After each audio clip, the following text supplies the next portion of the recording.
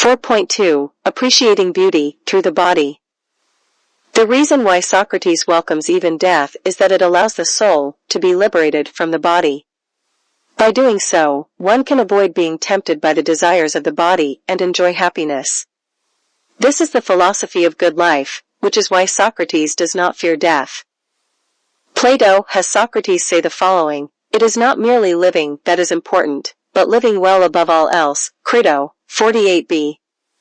A life not examined is not worth living for a human being. Apology of Socrates, 29de. We must teach the soul not to submit to the idea that everything in the underworld, the afterlife, is evil, but rather that it does not even know whether it is the greatest good among all good things. Phaedo, 72cd.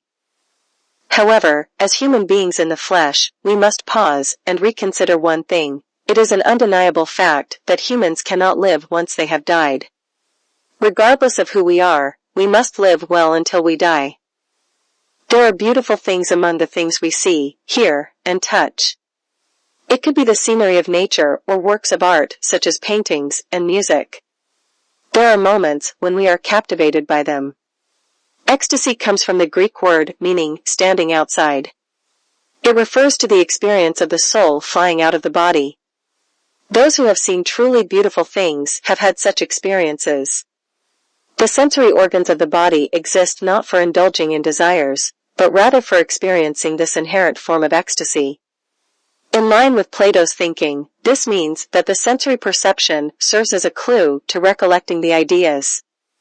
In other words, ideas are nothing more than standards for sensory discrimination. Fujisawa, 1998, 96-98. Let's listen a little more to Plato's arguments. In order to attain the knowledge of true existence, one must strive to escape as much as possible from the eyes, the ears, and even the whole body, for together with these, the soul is led astray and the acquisition of truth and knowledge is impossible. Phaedo, 66a. This is the purification, catharsis, of the soul. Purification means separating the soul as much as possible from the body and gathering and uniting the soul within itself from all parts of the body, freeing it, so to speak, from the constraint of the body and habituating it to dwell alone by itself, as far as it can, both in the present and in the future. Phaedo, 67cd.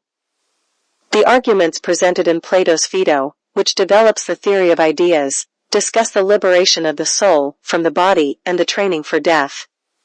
It brings to mind Tolstoy's A Confession or Sorokin's early novel, The Cleansing of the Soul.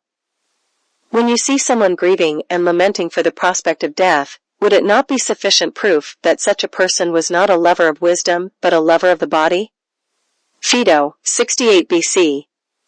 The soul of one who has loved the body believes that only material things that can be touched or seen, things that can be consumed or used for sexual pleasure, are true, while the invisible, contemplative, and philosophically apprehensible things are disliked, feared, and avoided. Phaedo, 81b. Young Sorokin was taught about the insufficiency of science by Tolstoy. It is the insufficiency of only observing the animalistic, physical aspects of human beings. He could grasp the superconsciousness of ideational culture. Sorokin's altruistic sociology demonstrated the method for it. Yoshino, 2020a.